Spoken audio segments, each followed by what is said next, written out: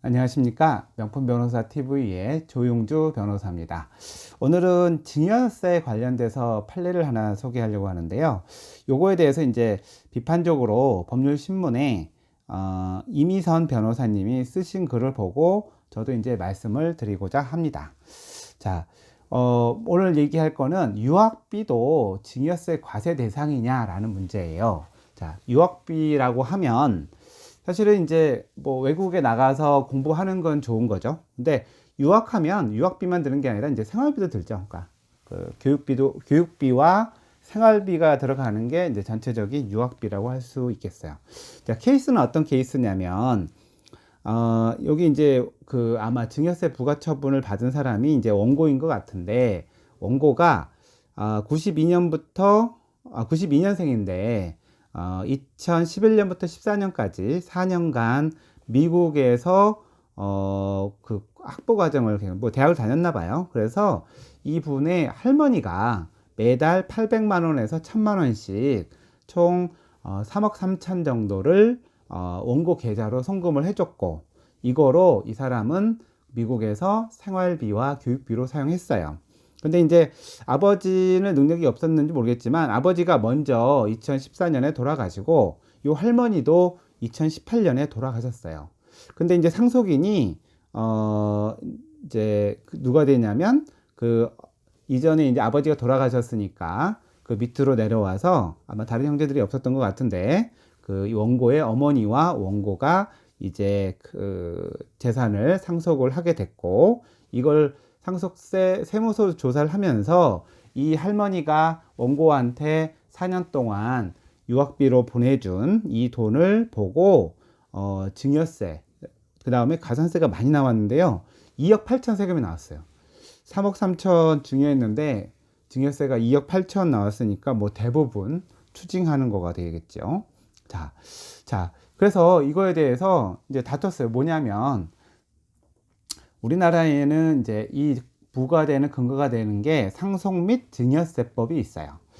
2003년도에 어떤 일이 있었냐면 이 상속 증여세를 갖다가 특히 증여에 대해서 포괄적으로 어떤 사람한테 무상으로 재산을 증여했을 경우에는 포괄적으로 보고 과세를 하는 그런 거가 도입이 됐는데 그러면은 이제 뭐 모든 게 다 이제 해준 것 어떻게 예를 들어서 제가 우리 아들한테 학비를 대주고 생활비를 대준 이것까지 다 증여세를 부과할 수가 없잖아요. 그래서 증여세를 부과하지 않는 비과세되는 범위에 대해서 대통령령으로 정한 게 있는데 그때 뭐라고 되어 있었냐면 사회 통념상 인정되는 이재 구호 물품, 치료비, 기타 이에 유사한 것으로 대통령이 정하는 것. 대통령이 정하는 거에 뭐가 있었냐면 민법상 부양 의무자 상호 간의 생활비 또는 교육비로서 통상 필요하다고 인정되는 금품 이렇게 이제 정했다가 그 2003년도에 또 어떻게 이제 또 바뀌었냐면은 사회통념상 인정되는 치료비, 피부양자의 생활비, 교육비, 기타 이와 유사한 것으로서 대통령이 정하는 것 이렇게 이제 규정이 됐어요. 근데 이 사건에서는 뭐가 문제가 됐냐면 요 피부양자의 생활비, 교육비 요게 그 피부양자가 이제 수식을 하느냐 안 하느냐 이런 문제 가지고 이제 다툼이 됐던 것 같아요. 일단 부양비와 교육비를 조금 이제 우리가 나누어 생각을 해 보면 생활비는 사실은 너무 포괄적이잖아요. 생활비를 어느 정도를 줘야 맞는지는 또 너무 이제 포괄적이어서 사람들 사는 수준에 따라 다르니까 이거는 상황마다 다 봐야 될 것 같은데 교육비는 사실은 딱 떨어지잖아요. 왜냐면은 대학에 입학금 내는 거, 유학을 가면은 또 미국은 사실은 비싸죠. 우리나라보다 비싸기 때문에 이렇게 이제 그 학습비로 내는 그런 비용은 사실은 명확해요. 생활비보단.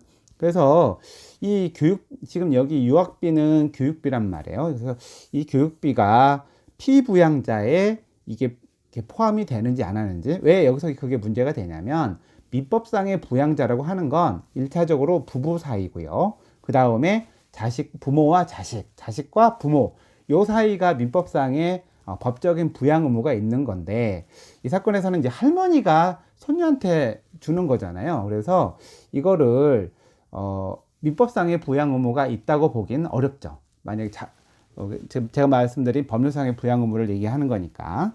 그래서 그냥 교육비라고 해버리면 할머니가 주는 교육비에 대해서는 비과세가 될 텐데, 피부양자의 교육비라고 해석했을 경우에는 할머니가 부양 의무가 있는 사람이 아니기 때문에 그런 경우에는 비과세가 되지 않는, 이렇게 지금 해석이 되는 문제였어요. 근데 이거에 대해서 서울행정법원은 어떻게 판단했냐면, 아마도 이게 지금 뭐 교육비로 3억 이상이 나갔으니 그래도 우리 사회에서는 잘 사는 계층이고, 그 다음에 이 규정의 해석을 조금 넓게 본 것 같아요. 그래서 피부양자의 교육비만 비과세가 되는 거지, 이렇게 할머니가 주고 할아버지가 주는 교육비는 비과세가 아니다, 이렇게 판단을 했어요. 근데 이제 임 변호사님이 검토한 이 글에 의하면 상증세법의 규정의 변화, 그리고 이게 이제 규정을 저도 이거 보니까